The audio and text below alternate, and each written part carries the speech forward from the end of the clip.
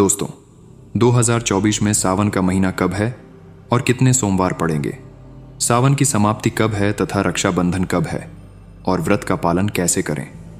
व्रत में कौन सी चीजें नहीं खानी चाहिए और एक ऐसा उपाय हम इस वीडियो में बताएंगे जिससे आपकी भोले बाबा की कृपा से 7 जन्मों की परेशानी भी दूर हो जाएगी। जानिए सब कुछ इस वीडियो में। सबसे पहले सुंदर सी इस वीडियो को लाइक करके कमेंट में लिख दें, हर हर महादेव, ओम नमः शिवाय। दोस्तों, सावन का महीना शिव भक्तों के लिए प्यार की सौगात लेकर आता है। यही वो महीना है जिसे हम प्यार का महीना भी कहते हैं। पक्षियों की चहचहाहट मधुर संगीत में बदल जाती है। वर्षा ऋतु का आगमन होता है। प्रकृति जलमग्न हो जाती है। खूबसूरत शब्दों में आपस में बातें करती हैं। साथ ही साथ शिव भक्त बड़े जोरों शोरों के साथ सावन के महीने का बड़ी ही बेसब्री से इंतजार करते हैं।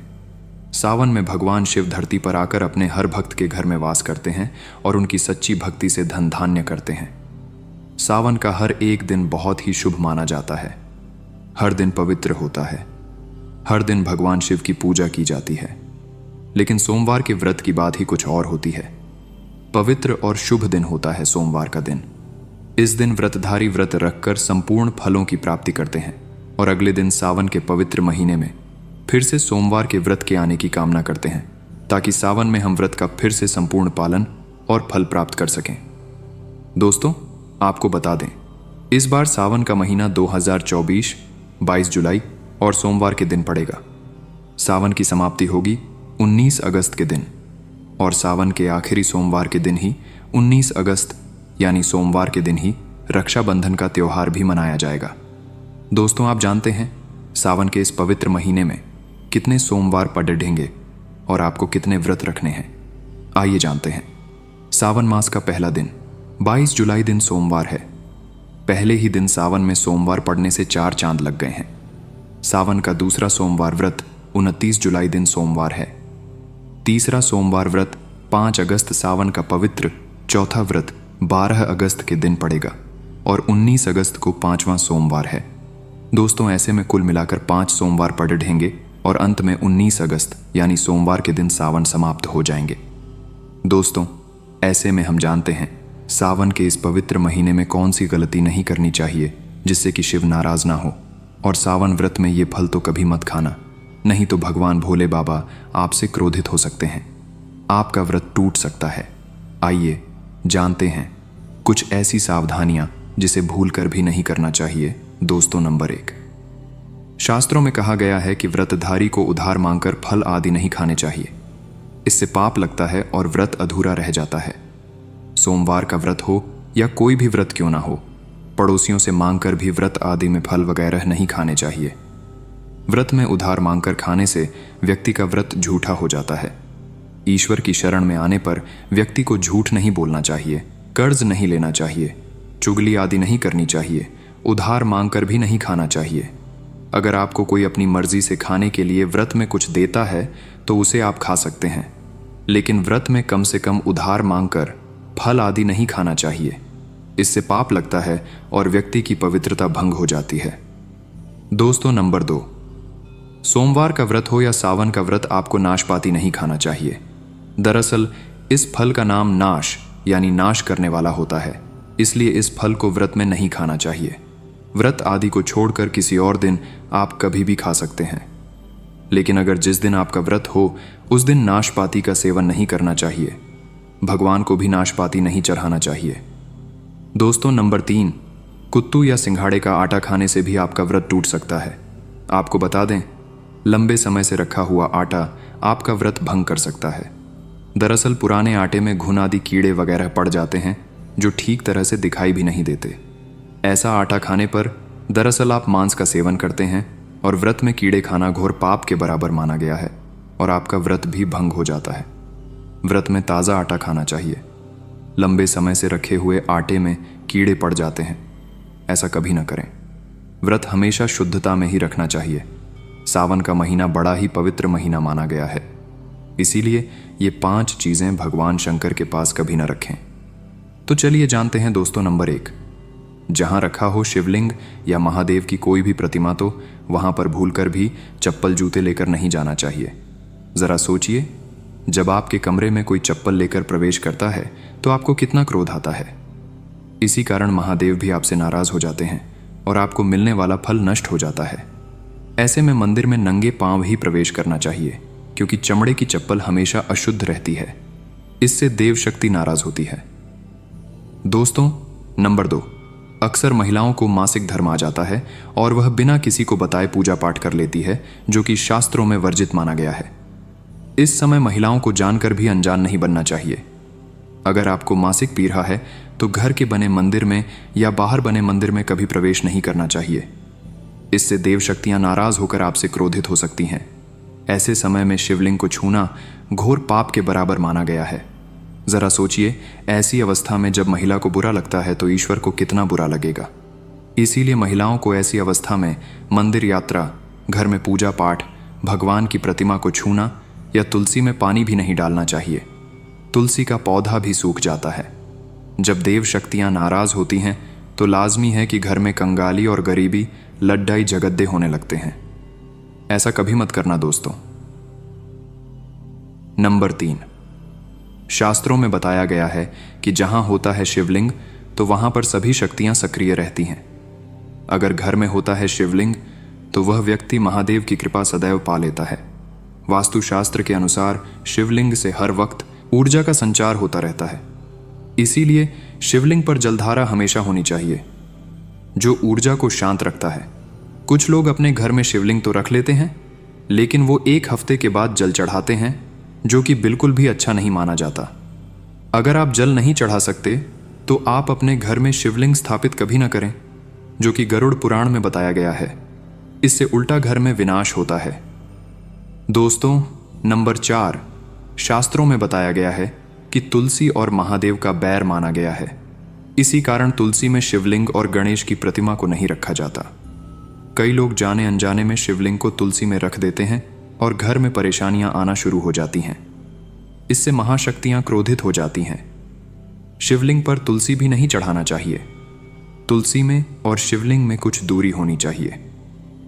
दोस्तों, नंबर 5, घर का मंदिर या बाहर का मंदिर, किसी भी मंदिर में ऐसे व्यक्ति को प्रवेश नहीं करना चाहिए जिसने स्त्री प्रसंग अर्थात संभोग किया हो या उसने मांस खाया हो। अगर आप शारीरिक रूप से गंदे हैं तो मंदिर के आसपास भी नहीं जाना चाहिए। घर के बने मंदिर में कोई कपड़ा आदि डाल देना चाहिए। जरा आप ही सोचिए, क्या आप मांस खाकर या स्त्री के साथ शारीरिक संबंध बनाकर भगवान के पास जाएंगे और क्या वह आपसे प्रसन्न होंगे? बिल्कुल भी नहीं। वह आपसे क्रोधित हो सकते हैं और आपसे नाराज हो जाएंगे। शास्त्रों में इसे घोर पाप माना गया है। इससे व्यक्ति नरक में जाता है। ऐसा दुष्ट स्वभाव मनुष्य की बर्बादी का कारण माना गया है। ऐसा न करें। ईश्वर के सामने हमेशा नहा धोकर मन पवित्र लेकर ही जाना चाहिए। इससे सभी शक्तियां आपसे प्रसन्न रहती हैं। दोस्तों, सावन के महीने में महादेव को ऐसे बेलपत्र कभी मत चढ़ाना बहुत ही अशुभ माना जाता है।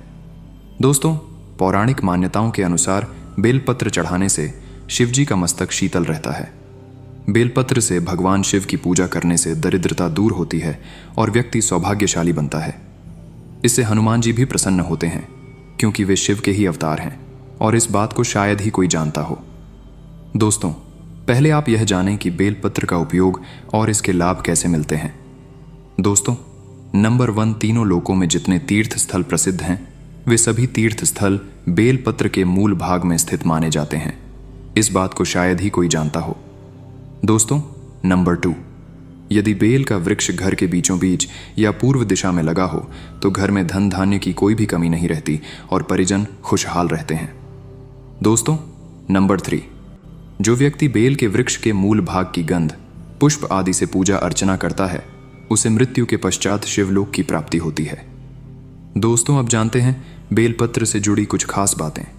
चतुर्थी, अष्टमी, नवमी, चतुर्दशी और अमावस्या तिथियों को संक्रांति के समय और सोमवार को बेलपत्र नहीं तोड़ना चाहिए। पूजा से 1 दिन पूर्व ही बेलपत्र तोड़ ढक कर रख लें। दोस्तों, आपको बता दें, बेलपत्र कभी अशुद्ध नहीं होते। यदि आप को पूजा के लिए नया बेलपत्र नहीं मिल रहे हैं तो आप किसी दूसरे के चढ़ाए हुए बेलपत्र को स्वच्छ जल से धोकर भगवान शिव को अर्पित कर सकते हैं। दोस्तों, बेलपत्र में 3 पत्तियां होनी चाहिए। कटी फटी पत्तियों का बेलपत्र भगवान शिव को अर्पित गलती से भी मत करना। कटी फटी पत्तियों को अर्पित करने से शिव का अपमान माना जाता है और बेलपत्र का भी। इसीलिए बेलपत्र की पत्तियां एकदम साफ होनी चाहिए। दोस्तों, सावन के इस पवित्र महीने में अगर जिस व्यक्ति को 5 संकेत मिल जाए तो इससे यह पता चलता है कि महादेव आपकी भक्ति से बहुत प्रसन्न है और आपको धनी होने से कोई भी नहीं रोक सकता। तो चलिए जानते हैं दोस्तों। नंबर 1, बैल का दरवाजे पर आना। नंदी महाराज भगवान भोलेनाथ के वाहन हैं। नंदी को भगवान शिव का द्वारपाल भी कहा गया है। नंदी महाराज को बुद्धि और ज्ञान का प्रतीक माना गया है। शिव के मंदिर के बाहर हमेशा नंदी महाराज विराजित रहते हैं।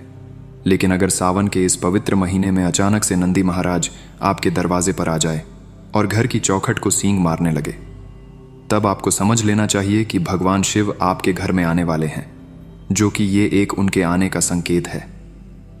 भगवान शिव आपकी भक्ति से बहुत प्रसन्न हैं और आपके घर में खुशियां आने वाली हैं। आपको धनी होने से कोई नहीं रोक सकता। लेकिन याद रहे, नंदी महाराज को तिलक लगाकर मीठा भोग जरूर खिलाएं। दोस्तों, नंबर 2, सावन के पवित्र महीने में अचानक से आपके सपनों में अगर शिवलिंग दिखाई दे जाए, अर्थात भगवान शिव दिखाई दे जाए, तो इसे आपको यह समझना चाहिए कि अब आपके जीवन से परेशानियों का अंत जल्दी हो जाएगा। भगवान शिव आपकी सच्ची आराधना भक्ति से बहुत खुश है और वह आपके घर में आने वाले हैं। ऐसे में याद रहे, शिव की भक्ति में कोई भी कमी नहीं आनी चाहिए। घर को गंदा मत रखना, क्योंकि आपके घर में भगवान शिव आने वाले हैं। दोस्तों, नंबर 3, शास्त्रों के अनुसार माना गया है कि नीलकंठ भगवान शिव का प्रतीक है। अगर आपके घर में सावन के महीने में नीलकंठ छत पर आकर बैठ जाए तो उसे भूलकर भी मत भगाना, क्योंकि यह भगवान शिव का प्रतीक माना गया है। ऐसे में आपको खुश होना चाहिए, क्योंकि भगवान शिव आपकी भक्ति से बहुत खुश है। शास्त्रों में बताया गया है कि नीलकंठ अगर मनुष्य के घर पर आकर बैठ जाए तो साक्षात घर में महाशिव के आने के संकेत माने गए हैं। अब आपके बुरे दिन जाने वाले हैं।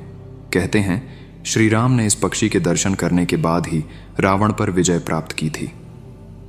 दोस्तों, नंबर 4, सावन के पवित्र महीने में अचानक से घर में काला सांप निकल आए तो बहुत ही शुभ माना गया है। इसे बिल्कुल भी न मारें, यह भगवान शिव के आने का संकेत है। जिनकी भक्ति से महादेव प्रसन्न होते हैं, तब महादेव किसी खास अवसर पर ही अपने दर्शन देते हैं। सावन का महीना बहुत ही पवित्र महीना माना गया है। यही वह महीना है जिसमें भगवान शिव धरती पर आते हैं और उसी घर में अपना वास बना लेते हैं जो सच्चा भक्त होता हो।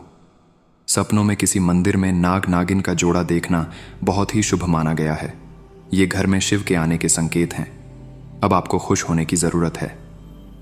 दोस्तों, नंबर 5, सावन के शुभ अवसर पर सोमवार के दिन डमरू की आवाज, घंटियों की आवाज सुनाई दे जाए तो यह अत्यंत शुभ माना गया है।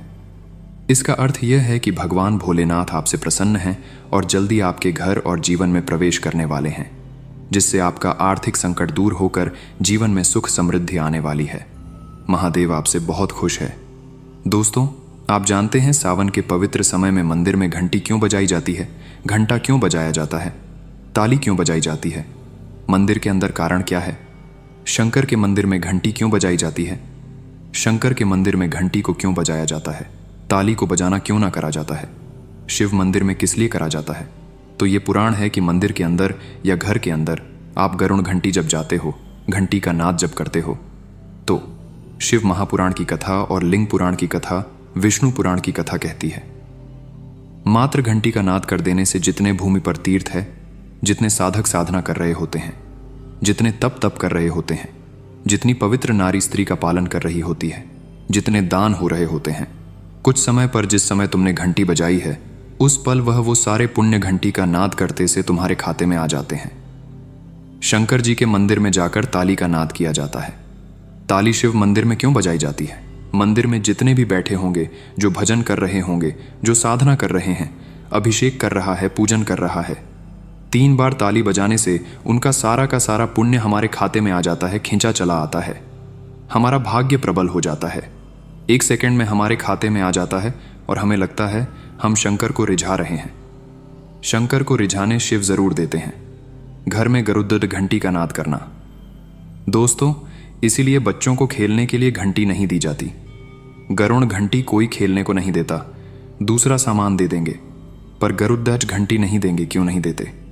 क्योंकि गरुड़ घंटी का जब नाद किया जाता है तो सबका पुण्य हमारे खाते में जाता है। कोई साधारण है घंटी बजाना, पूजन के समय, स्मरण के समय पर भजन आदि करना चाहिए। इसलिए घंटी भी हर कभी नहीं बजाई जाती। और आपसे भी निवेदन है, मंदिर में भी जाओ तो घंटी का नाद करो तो बड़े प्रेम से करो, ऐसे नहीं बजाओ। बजाए जाओ, बजाए जाओ। कई मंदिरों में मंदिर का पट बंद हो जाता है तो भी लोग घंटी बजा देते हैं। दोष लगता है भगवान अगर मंदिर में सो रहे हैं तो उस समय घंटी बजाना घोर पाप माना जाता है। जिस जगह पर ब्राह्मण विद्वान हैं, साधक हैं, संत हैं, साधु हैं, मंदिर अगर बंद होता है तो उसके साथ में घंटी के नीचे के भाग को रस्सी से ऊपर बंद दिया जाता है, जिससे बजना कहते हैं। अगर भगवान विश्राम कर रहे हैं, सो रहे हैं, निंद्रा अवश्य है या पटबंद है, कुछ समय पटबंद का समय है और घंटी का अगर नाद हो जाए तो कहते हैं 11 ब्राह्मण के भूखे रहने का दोष लग जाता है जीवों को मात्र घंटी बजा देने पर। अगर भगवान विश्राम में है, पटबंद, दरवाज़ा बंद और लिखा हुआ है समय, मंदिर खुलने का समय 11 बजे से 3 बजे तक, मंदिर बंद होने का समय, और तुमने यदि समय देख लिया फिर भी तुमने तो देख लिया और तुम उस समय कह रहे हो मैं दूर से आया हूँ, घंटी तो बजाऊंगा, तो ऐसा करने से कई लोगों के भूखे रहने का दोष आपको लग जाता है। घंटी बजाने का सबसे शुभ समय माना जाता है सुबह 4 बजे से लेकर सुबह 11 बजे तक अत्यंत दुर्लभ और मंगलकारी माना जाता है। इस समय घंटी बजाना और रात के समय शाम 6 बजे से लेकर रात 11 बजे से पहले तक पूजा पाठ तथा घंटी बजा लेनी चाहिए, क्योंकि 12 से पहले तथा 12 के बाद मंदिर के पट बंद कर दिए जाते हैं। इस समय देवी देवता विश्राम करते हैं, निद्रा में चले जाते हैं। इस समय उन्हें जगाना मतलब घोर पाप का भागीदार बनने के बराबर है। आप अपने पुण्य नष्ट कर सकते हैं। दोस्तों, एक आखिरी ऐसा उपाय है जिसको अगर आपने सावन के पवित्र महीने में कर लिया तो दुनिया की कोई भी ताकत, कोई भी शक्ति आपको करोड़पति होने से रोक नहीं पाएगी। बस कर लेना ये उपाय। सावन बार बार नहीं आता है, उपाय जरूर करना। इस समय भगवान शिव सक्रिय अवस्था में होते हैं, जो मांगो अवश्य होती है हर कामना। दोस्तों, आज हम आपको बताएंगे मात्र कुछ ही समय में आपके जीवन से कर्ज हमेशा के लिए उतर जाएगा। अगर ना उतरे तो आप हमारे चैनल धर्मलोक को सब्सक्राइब कर देना। हम आपको कागज, पेन, कॉपी आदि पर लिख कर दे सकते हैं कि मात्र कुछ ही समय में इस उपाय से आपका कर्ज तुरंत उतर जाएगा। घर से तमाम तरह की परेशानियां, ग्रह क्लेश, पति पत्नी की परेशानी, नजर दोष, राहु दोष, मंगल दोष, पितृदोष, गरीबों का दोष, भयंकर काल सर्प दोष, शनिदेव का दोष, बरसों पुरानी यदि किसी की बद्दुआ, काला जादू अगर जीवन में किसी ने कर रखा है तो वह मात्र इस उपाय से पल भर में ही दूर हो जाएगा। दोस्तों, न कम न ज्यादा पूरे 5 काम आपको करने हैं। दोस्तों, अक्सर हम शौक के लिए क्या कुछ नहीं करते, यहाँ तक कि अपना घर तक गिरवी रख देते हैं। नौबत यह भी आ जाती है कि कुछ लोग तो कर्ज के कारण अपना घर तक छोड़ देते हैं। और वैसे देखा जाए तो कर्ज से बढ़कर कष्टप्रद कोई स्थिति नहीं होती। कर्ज एक श्राप की तरह होता है जो अगर एक बार लग जाए तो बिना उपाय किए उतरता ही नहीं है।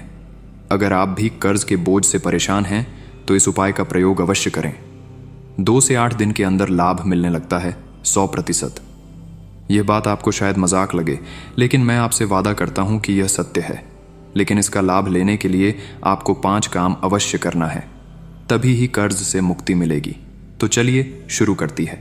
सच्चे दिल से कमेंट बॉक्स में लिखें हर हर महादेव, ओम नमः शिवाय। 1 लाइक जरूर करें। आज का वीडियो बहुत ही सुंदर है, इसीलिए 1 लाइक आप पहले ही कर दें, क्योंकि आप लाइक करना भूल जाते हैं। आपका 1 लाइक हमारे लिए बहुत ही कीमती है, बहुत ही प्यारा है। इसीलिए सावन के पवित्र महीने में भगवान शिव के लिए 1 लाइक तो बनता है। दोस्तों, 5 कामों में सबसे पहला काम है, सबसे पहला उपाय है पक्षी। पक्षियों को दाना डालने से जिंदगी की बहुत सारी खुशियां मिलती हैं, जिसकी आप कल्पना भी नहीं कर सकते। पक्षी को हर शनिवार, मंगलवार दाना डालने से जल्द कर्ज से मुक्ति मिलने लगती है।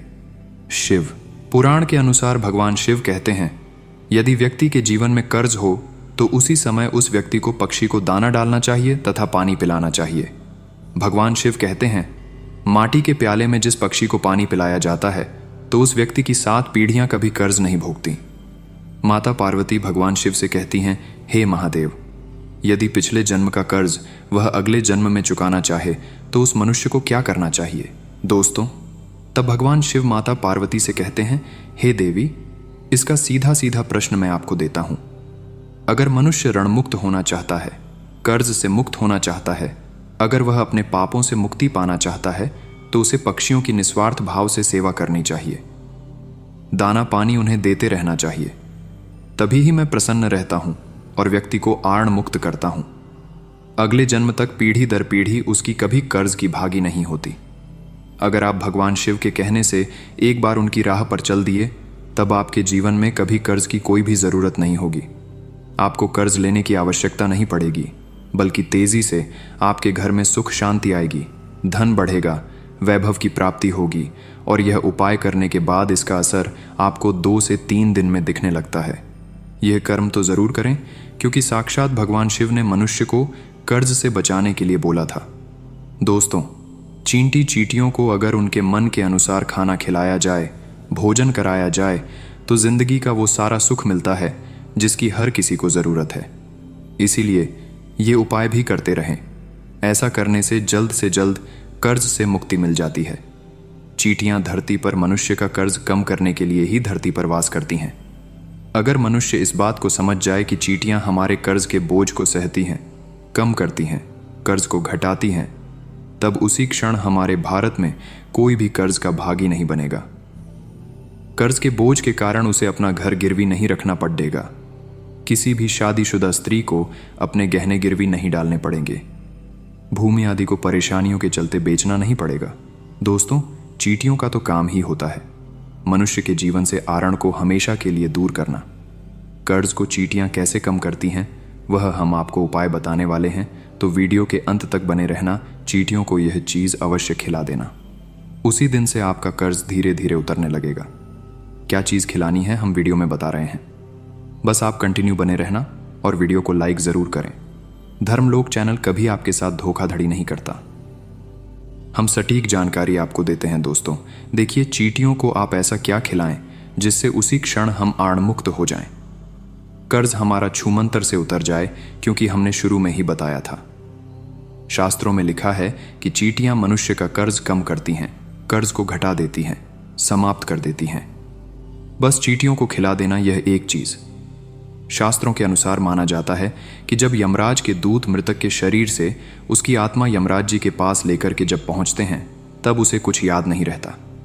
तब उसके कर्म ही चींटी उसके कान तक पहुंचकर याद दिलाती है, और तब वह यमराज जी के सामने बोल पाता है। चींटियों को गुरुवार, शनिवार, मंगलवार और बुधवार के दिन यदि बेसन के लड्डू सुनते रहिए।